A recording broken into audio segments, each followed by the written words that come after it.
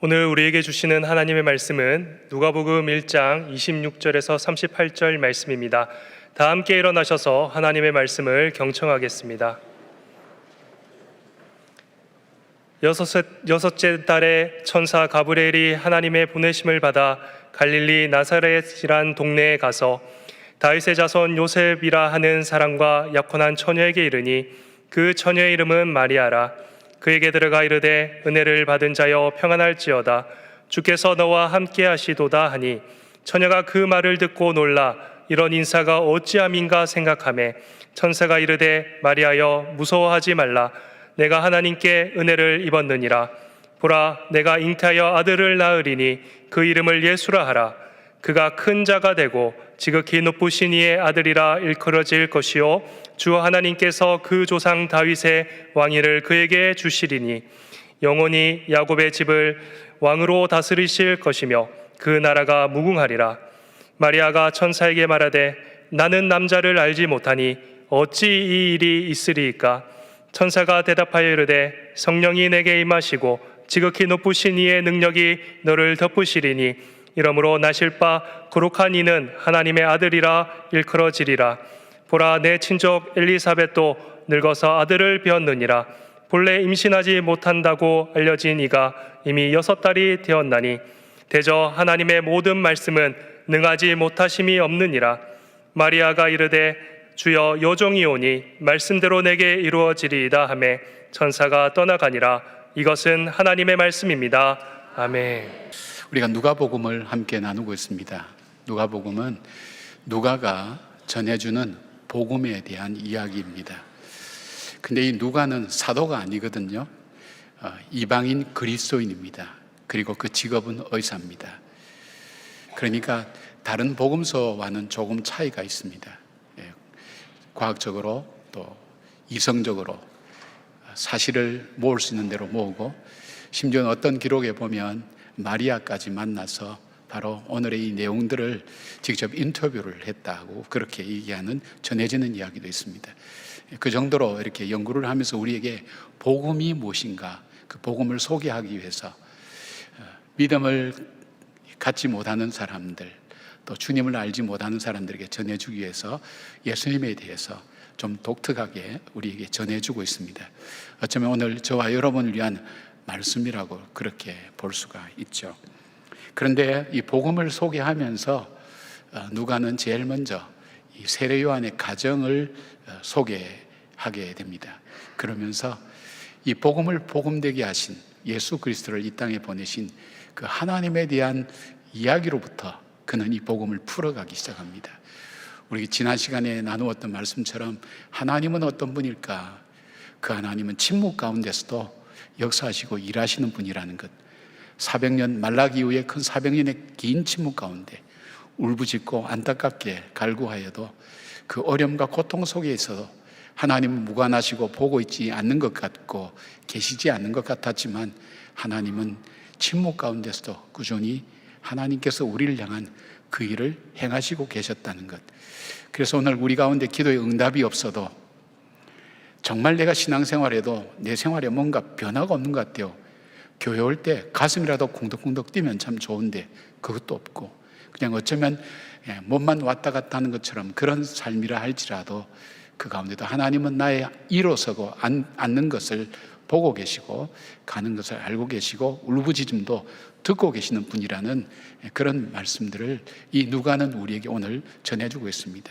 또 하나가 전해주는 말씀이 있다면 경건한 사람을 통해서 하나님은 일을 하신다는 것.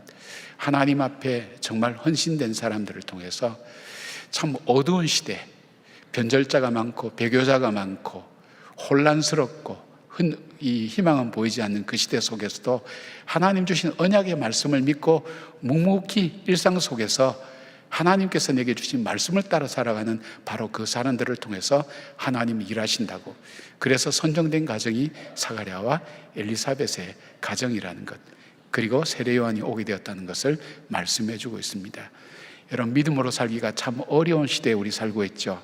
그렇지만 그러나 하나님 내게 주신 그 약속의 말씀을 붙들고 낙심할 일 많지만, 절망할 일 많지만 거기에 주저앉거나 꿇어앉지 않고, 그러나 하나님 말씀 붙들고 묵묵히 길을 가는 사람, 그런 사람들은 자기 길을 가는 사람들이 아니죠.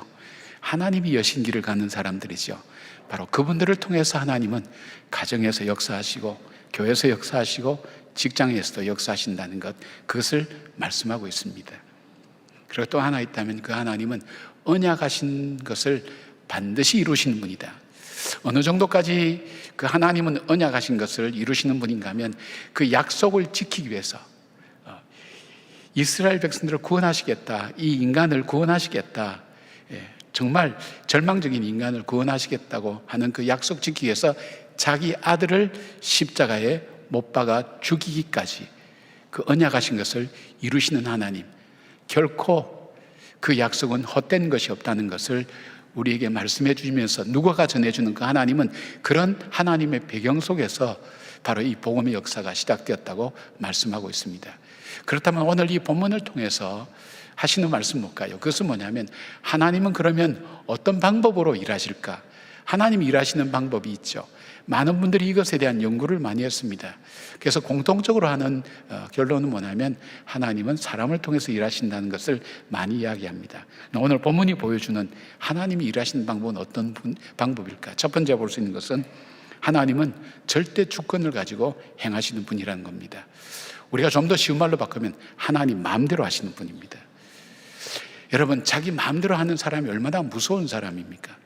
마음대로 하는데 마음대로 할 수 있는 능력을 가지고, 또 그런 어떤 이 모든 것을 아는 힘을 가지고 있는 사람이 마음대로 한다면 얼마나 무서운 존재겠습니까?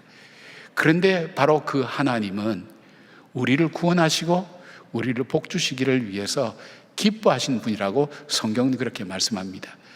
바로 죄와 절망 가운데 빠진 우리를 구원하시기 위해서 하나님이 쓰신 방법은 뭘까요? 절대 주권을 가진 하나님, 다양한 방법이 있을 터인데, 하나님이 쓰신 방법은 오늘 본문에 나오는 마리아라는 한 여인을 택하여서 하나님의 일을 하시는 겁니다. 지금 마리아라는 여인 하니까 여기 성경에는 처녀라고 나와 있는데, 이 이스라엘은 불과 12살 내지 13살 때 정혼을 합니다. 그리고 14살 때 결혼 생활을 시작한다고 합니다. 그러면 불과 12살, 13살 되는 바로 이 마리아. 근데 이 마리아가 어떤 사람이냐? 시골에서 알려지지도 않는 나사렛 골짜기에 있는 그런 여인이었습니다. 알려진 사람도 아니었습니다. 이 가문에 대해서 알려진 것도 아무것도 없어요. 그냥 요셉과 정혼한 마리아 정도만 돼 있지, 아무런 존재감이 없는 바로 이 마리아라는 이 여인을 통해서 하나님은 하나님의 복음의 역사를 열어가고 있다는 것입니다. 이 마리아만이 문제가 아니라 오늘 우리 자신을 한번 생각해 봐도 그렇지 않습니까? 내게 어떻게 이 복음이 전해졌을까? 물론 태어나면서부터 부모님으로부터 받은 분들도 있고, 친구로부터 받은 분들도 있고, 어떤 사건을 통해서 겪어서 교회 나온 분들도 있지만, 그러나 그럼에도 불구하고 내가 이 복음을 받아들인 것 이해가 되지 않잖아요. 세상에서 가장 견고한 문이 뭡니까? 단단한 문이 우리 마음의 문이거든요. 이거는 망치로 부셔도 안 부서져요. 우리 마음의 문은 한번 닫아놓으면 얼마나 우리 마음이 완악하다는 것을 여러분 잘 아시잖아요. 너그러운 것 같지만 나의 자존심 문제나 내가 중요하게 여기는 그 문제에 딱 걸리면, 이 마음의 문을 딱 닫으면 안 열리는 거예요.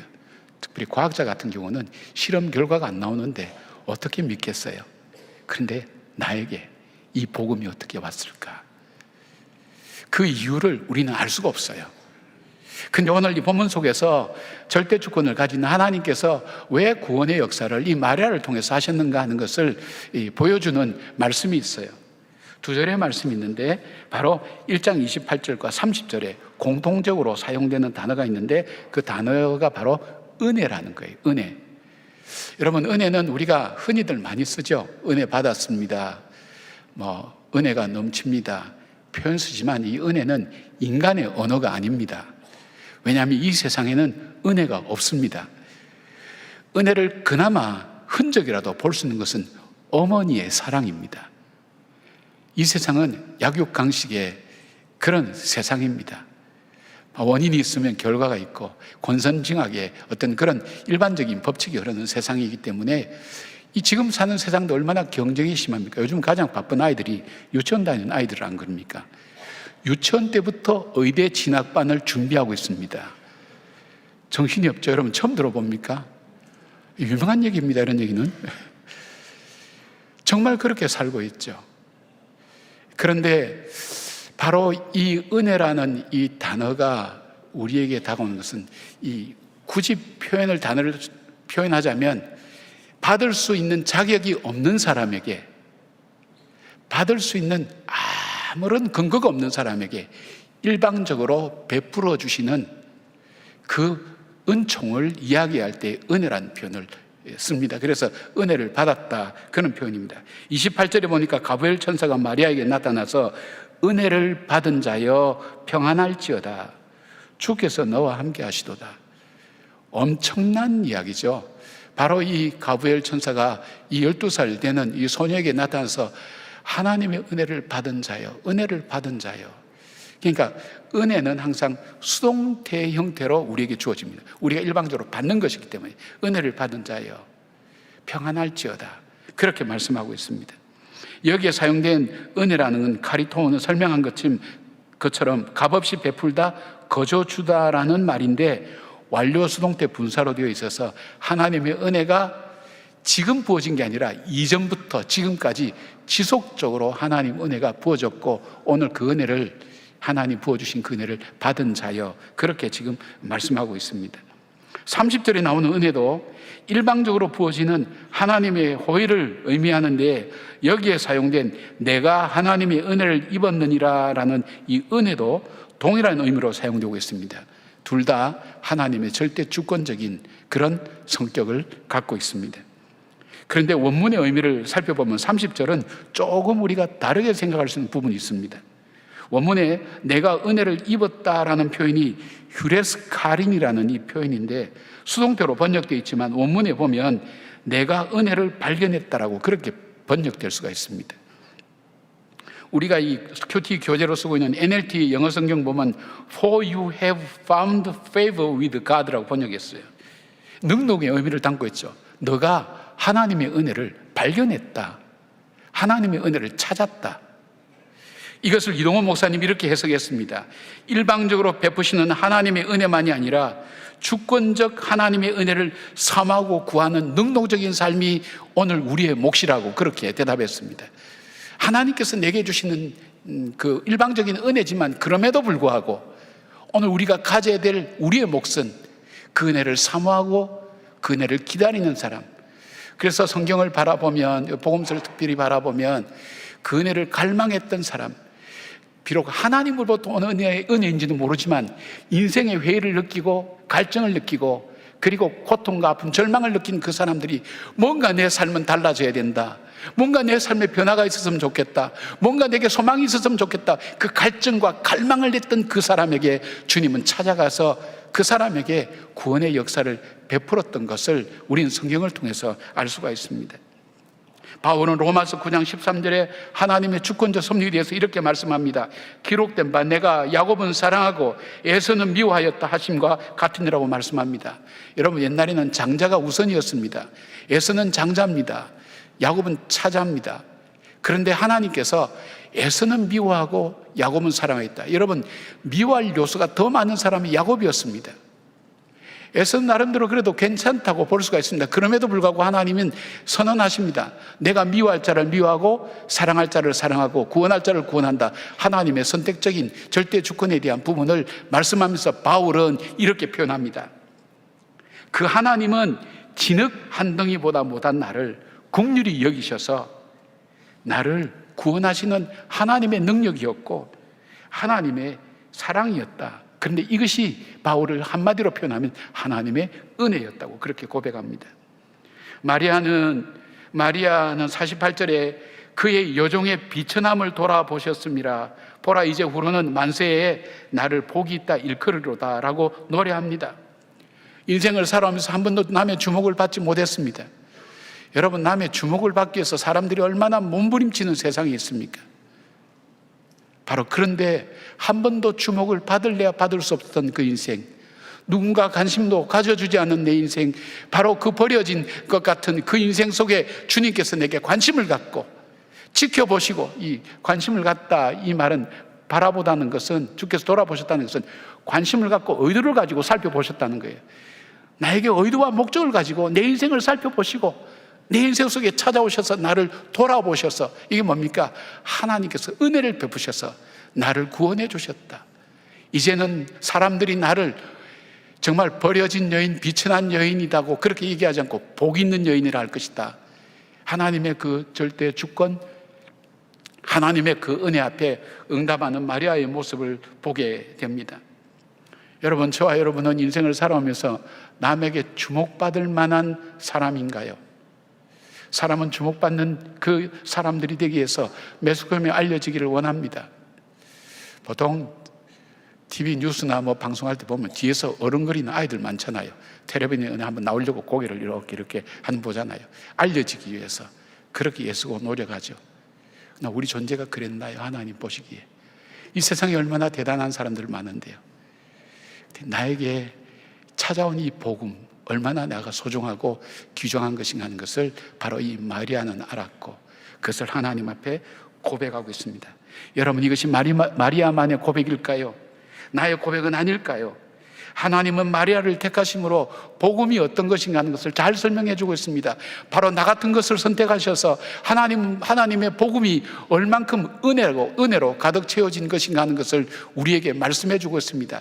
나 자신이 은혜 덩어리입니다. 나를 보면 하나님의 행하신 일을 볼 수가 있습니다. 나 같은 죄인이 용서함 받아서 하나님 앞에 옳다함 얻으면 그 구원의 찬송을 불렀던 그 찬송이 그분들만의 찬송이 아니라 오늘 저와 여러분이 불러야 찬송인 것을 보게 됩니다. 잠언 8장 17절에 이렇게 말씀합니다. 나의 사랑하는 자들이 나의 사랑을 입으며 나를 간절히 찾는 자가 나를 만날 것이니라. 여러분, 은혜가 임할 때 내 마음이 바뀌어요. 여러분, 그 경험해 보셨죠? 용서 못할 사람을 품을 수가 있어요. 은혜가 임할 때에. 은혜가 임하지 않으면 우리 마음이 얼마나 좁아지는지 몰라요. 세상에서 가장 좁은 것이 우리 마음이에요. 바늘 하나도 담을 수가 없어요. 마음이 좁아지면. 그런데 은혜가 임하면 마음이 넓어져요. 원수도 품을 수 있어요. 큰 바다도 품을 수 있어요. 그 은혜가 임하는 거예요. 은혜가 임할 때 환경이 변합니다. 은혜가 임할 때 사람들의 마음이 변합니다. 새롭게 됩니다. 은혜가 임할 때 새로운 역사들이 시작되는 것을 봅니다. 그렇다면 우리가 기도해야 될 많은 제목이 있지요. 그 제목보다도 우선으로 기도해야 될 것이 있다면, 하나님, 내게 은혜를 주십시오. 난 은혜가 필요합니다. 하나님, 내 삶은 은혜가 필요합니다. 내 삶에 하나님의 은혜가 필요합니다. 그 은혜를 주시옵소서 갈망하고 기도하고 하나님께 사모하며 간구하는 것, 바로 오늘 저와 여러분이 해야 될 우리에게 맡겨준 몫이라는 것을 기억하시면서 은혜를 갈망하고 사모하는 우리 모두가 되기를 바랍니다. 하나님이 일하시는 두 번째 방법은 하나님은 성령의 능력으로 임하십니다. 31절 보니까 가브리엘 천사가 이렇게 말씀합니다. 보라, 내가 잉태하여 아들 낳으리니 그 이름을 예수로 하라. 천청병적 같은 그런 말이죠.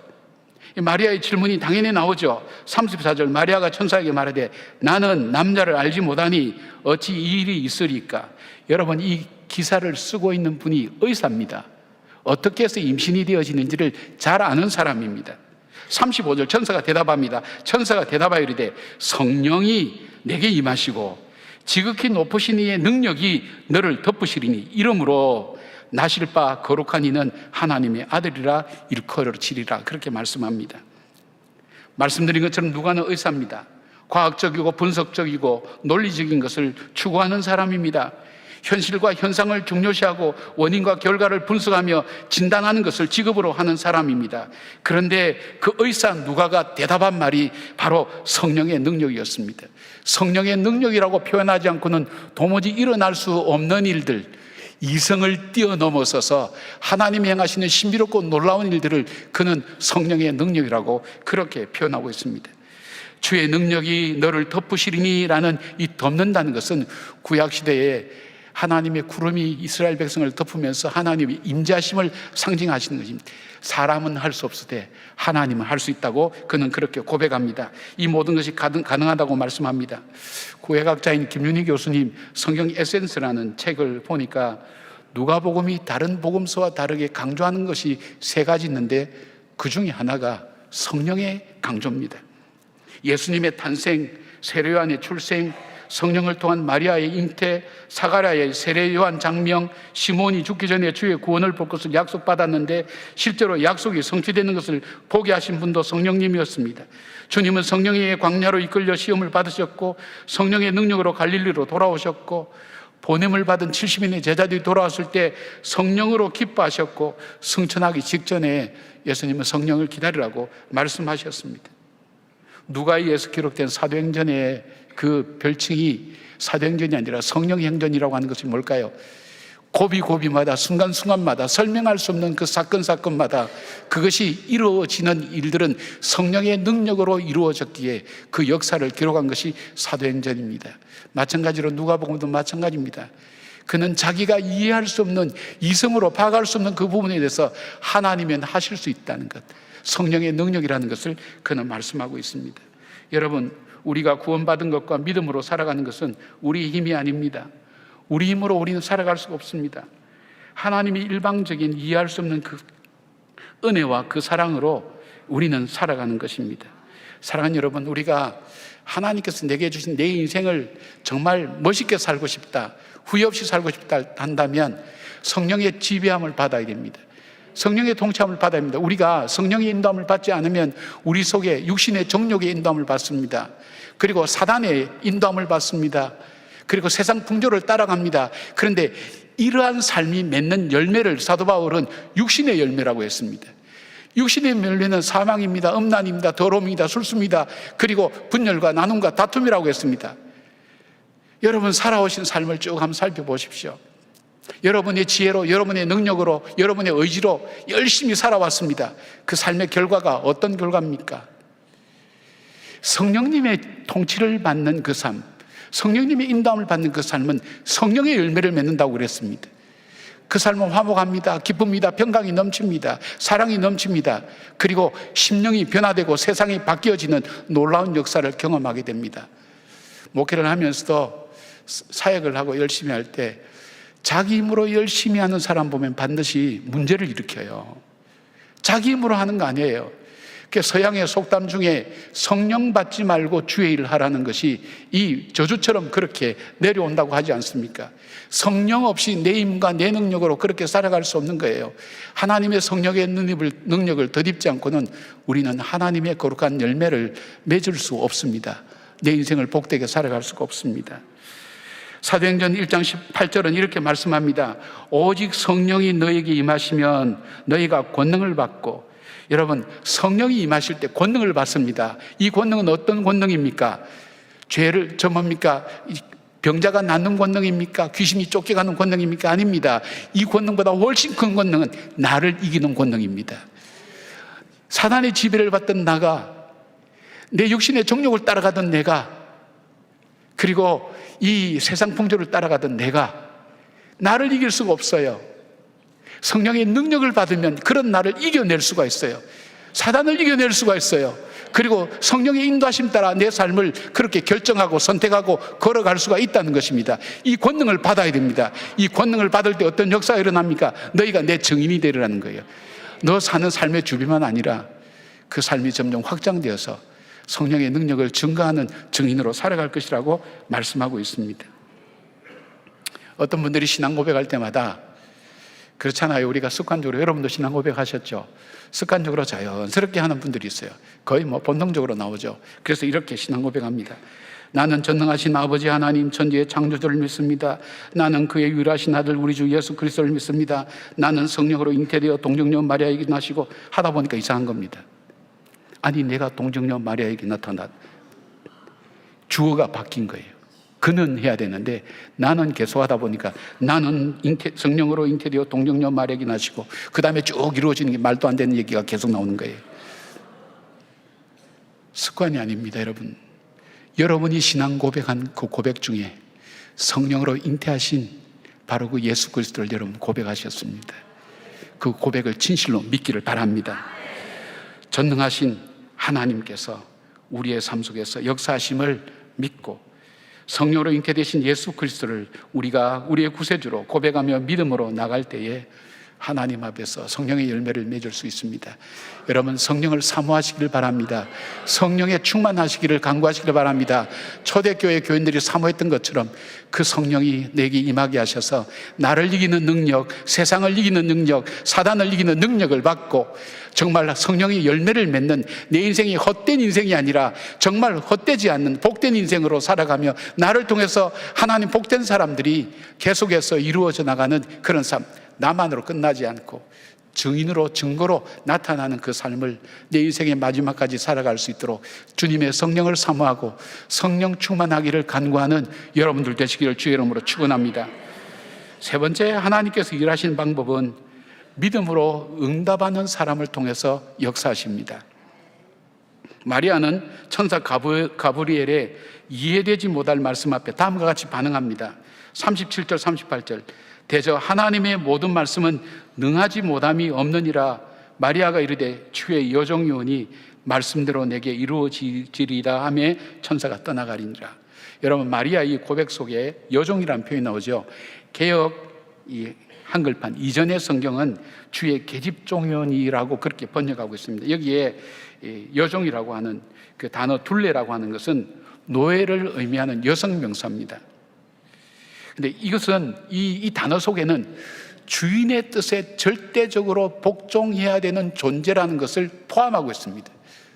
노예라는 개념이 오늘 우리가 생각하는 개념하고는 별로 이해가 안 될 겁니다. 그러나 그 당시에는 주인에게 복종하지 않는 노예는 곧 죽음이었습니다. 그러니까 내가 종입니다 할 때는 나는 물건입니다 라는 얘기하고 똑같습니다. 그런데 여기 보니까 내가 주의 종입니다 하는 건 뭘까요? 바로 전능하신 하나님의 종입니다. 책을 읽다 보니까 어떤 목사님이 자기 딸이 이제 국민학교도 들어가기 전, 초등학교도 들어가기 전에 글자를 배워서 큐티를 하는데 이 부분을 큐티할 때 이렇게 적었더래요. 하나님께서 아들을 낳아달라고 한다면 하나님의 아들을 제가 낳아드리겠습니다. 하여튼 박장대소 했는데, 그러나 다시 마음속에 그렇지, 이것이 믿음이구나. 이 아이의 순수한 마음속에 하나님 말씀 앞에 순종하는 그 마음이 이 아이 속에 있구나. 본인이 오히려 은혜를 받았다고 그 책에 기록하고 있습니다. 그리고 말씀대로 내게 이루어지리이다 하는 것은 지금 자신에게 하는 그 말씀이 그대로 이루어지기를 원합니다 하는 것, 바로 이 속에 믿음이 있습니다. 여러분, 믿음이라고 하는 것은 우리 내면의 문제지만 이 믿음은 나타나야 됩니다. 나타납니다. 믿음으로 나타나는 것을 우리 행위라 그럽니다. 이 믿음의 행위가 나타납니다. 제가 종종 말씀드린 것처럼 우리가 믿는 믿음이 돈 쓰는 것과 시간 쓰는 것에 나타나지 않으면 그 믿음은 아직까지 온전치 못하는 믿음입니다. 은혜가 더 많고 우리가 하나님께 나가야 될 부분이 더 많은 부분입니다. 삶을 통해 나타나야 됩니다. 자, 여러분, 이 가브리엘 천사가 이야기했던 이야기를 들은 마리아, 성경은 이렇게 합니다. 바로 이때에 마리아가 저 엘리사벳, 천사가 얘기했던 그 엘리사벳 집으로 찾아갑니다. 여러분, 여기가 지금의 유타라고 하는 그 지역이라고 하는데, 헤브론 남쪽에 있는 그런 지역인데 150km 됩니다. 지금 나사렛까지 150km입니다. 교통이 잘 되어 있지 않습니다. 근데 12살, 13살 여자아이가 150km나 되는 긴 꽃밭 가도 나흘을 가야 될 그 길을 삶을 통해서 움직였다. 여러분, 이건 생각해 볼 필요 있는 거예요. 대답하기 쉬워요. 주의 뜻대로 이루어지기 원합니다. 그러나 그것이 실제 자기 삶에 생명을 걸고 어쩌면 에스더처럼 죽으면 죽으리다 하는 그 결단을 가지고 그 집을 찾아가는 거예요. 12살, 13살짜리가 임신하기에 너무나 나이가 많아서 부끄러워서 얘기하지 못하는 그 엘리사벳에게 찾아가서 무슨 얘기를 할까요? 12살짜리가 네, 임신했어요. 결혼은 아직 안 했어요. 그 얘기 하려고요? 할 얘기가 없잖아요. 그 얘기 하려고 150km를 달려갑니까? 그러나 이 마리아는 하나님의 말씀을 믿고 그 말씀대로 찾아갑니다. 그것을 보고 엘리사벳이 이렇게 축복합니다. 마리아가 말하고 노래하고 얘기하는 것을 쭉 들었던 엘리사벳이, 나이가 한 60쯤 됐을 수도 있고 50쯤 됐을 수도 있겠죠. 이미 임신하기는 늦은 나이라고. 그러니까 그러면 인생에 있어서 산전수전을 다 겪었다고 보는 이 엘리사벳이 마리아의 말하는 걸 가만히 들어보면서 그가 했던 말이 45절에 이렇게 표현합니다. 주께서 하신 말씀이 반드시 이루어지리라고 믿은 그 여자에게 복이 있도다. 축복합니다. 여러분, 목회하면서 죄송한 말씀입니다만은, 신앙생활 잘하는 분들도 많이 있습니다만은, 정말 저분은 믿음이 참 좋은 분이야 이렇게 인정할 만한 분이 별로 없습니다. 왜요? 저 자신부터가 그러니까요. 여러분이 보시는 눈종이 네가 그 믿음 없으니까 못 보는 거지 그러는 표정인데, 여러분 쉽지 않습니다. 저분은 정말, 제가 우리 가끔 교육자들한테도 저분은 믿음이 정말 좋은 분이야, 정말 믿음을 가진 분이야. 여러분, 오늘 그 믿음이 좋다는 것은 그분의 말을 통해서, 물질 사용을 통해서, 사람을 대하는 태도에 대해서, 하나님 말씀에 임하는 자세에 대해서 여러 가지 볼 때에 종합적으로 설명할 수 있는 것, 그 사람 속에 있는 내면에 하나님 믿는 그 믿음이 삶을 통해서 나타나는, 그 삶을 통해서 얘기하는 거예요. 오늘 엘리사벳이 바로 말하는 것, 행동하는 것, 생각하는 것, 이 모든 것을 보면 마리아를 향해서 정말 저 여인은 하나님 말씀을 믿는구나, 정말 저 여인이 복 있다. 여러분은 주변에 있어서 그렇게 저분은 믿음이 참 있는 분이야, 그런 분들을 가까이 하시고 친구로 삼기기를 바랍니다. 그리고 여러분이 그런 분 되시기를 바랍니다. 정말 다른 분이 볼 때 너는 정말 참 믿음이 정말 좋은 분이다, 그렇게 말씀하는 그런 분들 되기를 바랍니다. 믿음의 사람은요, 말씀으로 교제를 합니다. 여러분, 이 엘리사벳의 집에 3개월을 머물렀다 그랬는데 3개월 동안 머물면서 이 마리아하고 엘리사벳이 무슨 얘기를 했을까요? 어제 축구에서 이겼다는 얘기 할까요? 아니면 어디에 물건이 싸다고 그 얘기 할까요? 여러분 알잖아요. 내 삶에 행하셨던 그 하나님의 크고 놀라운 일들, 하나님은 언약하신 대로, 이거 보면 이 마리아의 노래를 들어보면 마리아는요, 구약 성경에 어린 나이지만 능통했습니다.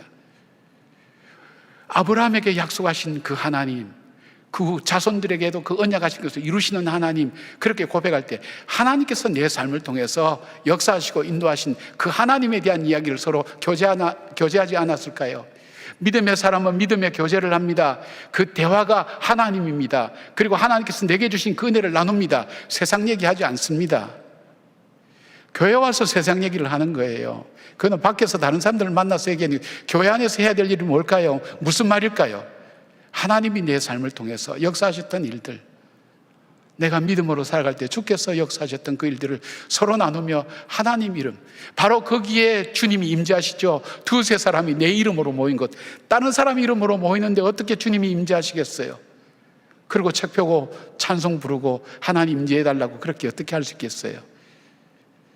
바로 영적인 교제를 하게 됩니다. 여러분, 교회 나오면서 영적인 교제가 없으면 시험과 어려움일 때 픽픽 쓰러집니다. 쉽게 휩쓸려 내려갑니다. 영적인 교제가 있어야 돼요.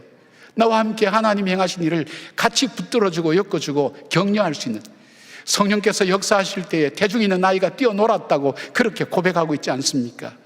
내 심령이 방망이질을 하듯 하나님의 말씀이 내 마음속에 있어서 그 하나님의 능력이 내 삶을 통해 증거되고 나타난 것을 이야기하고 나눌 때에 믿음의 사람은 그 교제가 있습니다.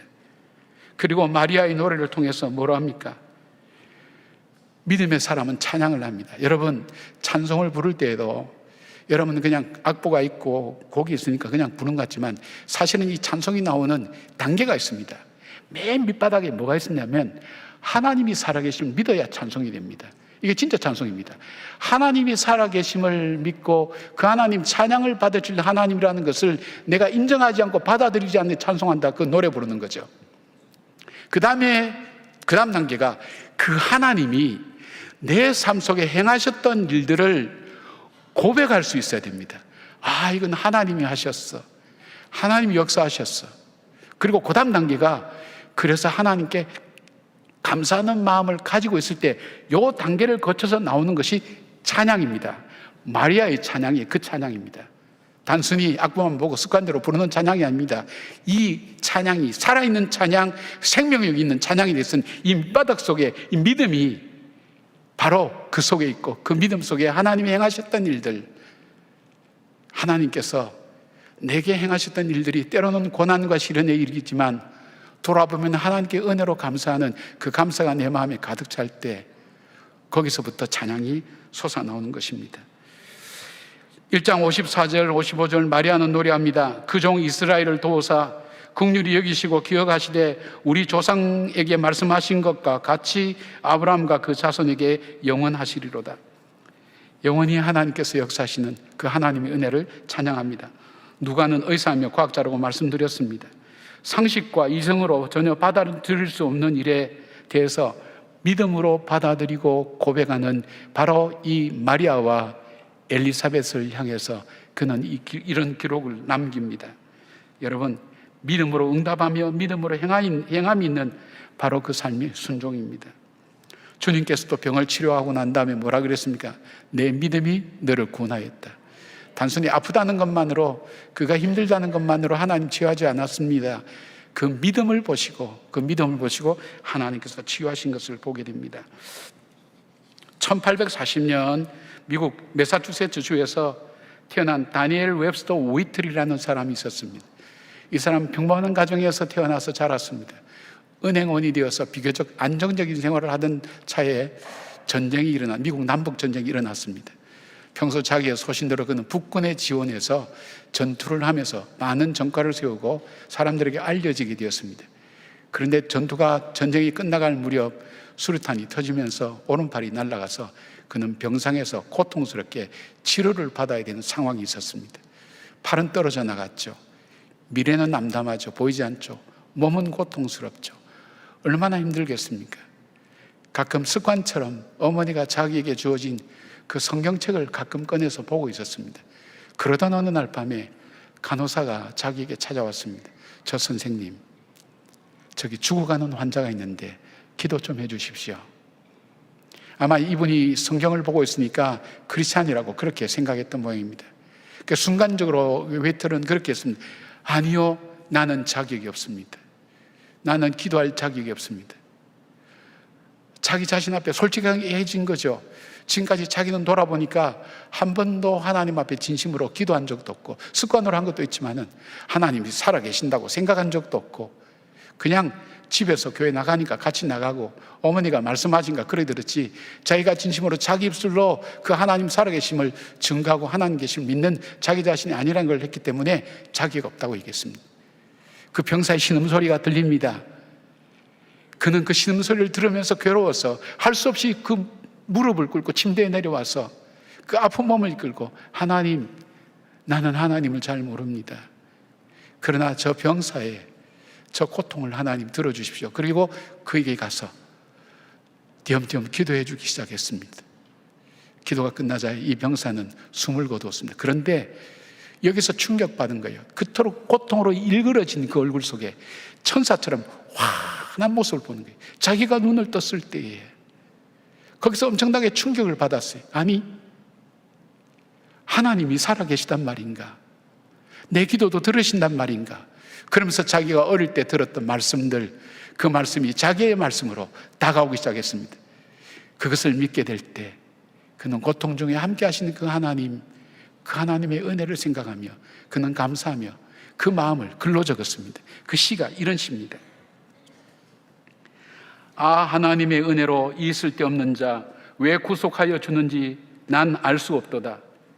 왜 내게 굳센 믿음과 또 복음 주셔서 내 마음이 항상 편한지 난 알 수 없도다. 왜 내게 성령 주셔서 내 마음 감동해 주 예수 믿게 하는지 난 알 수 없도다. 주 언제 강림하실지 혹 밤에 혹 낮에 또 주님 만날 그것도 난 알 수 없도다. 내가 믿고 또 의지함은 내 모든 형편 아시는 주님 늘 보호해 주실 것을 나는 확실히 아네. 자기의 고백이었습니다. 그는 그 뒤에 무디 전도팀에 들어가서 복음을 전하는 삶을 살았습니다. 우리 찬송가에도 빈들의 마른 불같이라든지 주의 진리의 십자가 군기, 뭐 이런 찬송들을 많이 지으면서 자기의 신앙 고백을 하나님께 올려드리며 정말 힘들고 고통스러운 그 순간에도 함께 하셨던 그 하나님 만났던 그 감격을 일평생 삶을 통해 증거하였습니다. 사랑하는 여러분, 누가가 전해주는 복음, 그 하나님은 어떤 하나님입니까? 침묵하시지만 알고 계신 분입니다. 우리의 형편과 사정을 압니다. 우리의 신음소리도 알고 계신 분입니다. 낙심하지 말길 바랍니다. 믿음 생활하기 힘들지만 변절자도 많이 나고 배역자도 많이 나오는 그 시대 속에 사가랴와 엘리사벳처럼 묵묵하게 하나님 맡겨주신 그 일을 감당해 나갔던 바로 그를 통해 주의 역사가 시작되고 역사가 이루어진 것처럼 믿음으로 살아가는 여러분들을 통해서 하나님은 일을 열어가십니다. 구원을 열어가십니다. 그리고 그 하나님은 약속하신 것을 반드시 이루시는 그 하나님, 마리아처럼 비천한 여인도 사용하신 하나님, 바로 나 같은 죄인도 찾아오셔서 구원해 주시는 그 하나님의 은혜를 찬양하고 성령의 충만함을 사모하면서 내 인생이 헛발질 하다가 가는 인생이 안 되도록 정말 내 인생을 돌아볼 때 참 의미있게 살았구나, 아름다운 열매를 맺었구나, 하나님 앞에서 그렇게 살아가는 삶이 될 수 있도록, 우리 인생 귀하잖아요, 그죠? 여러분 꼭 그렇게 살기를 바랍니다. 그렇게 사십시다. 아멘. 기도하겠습니다.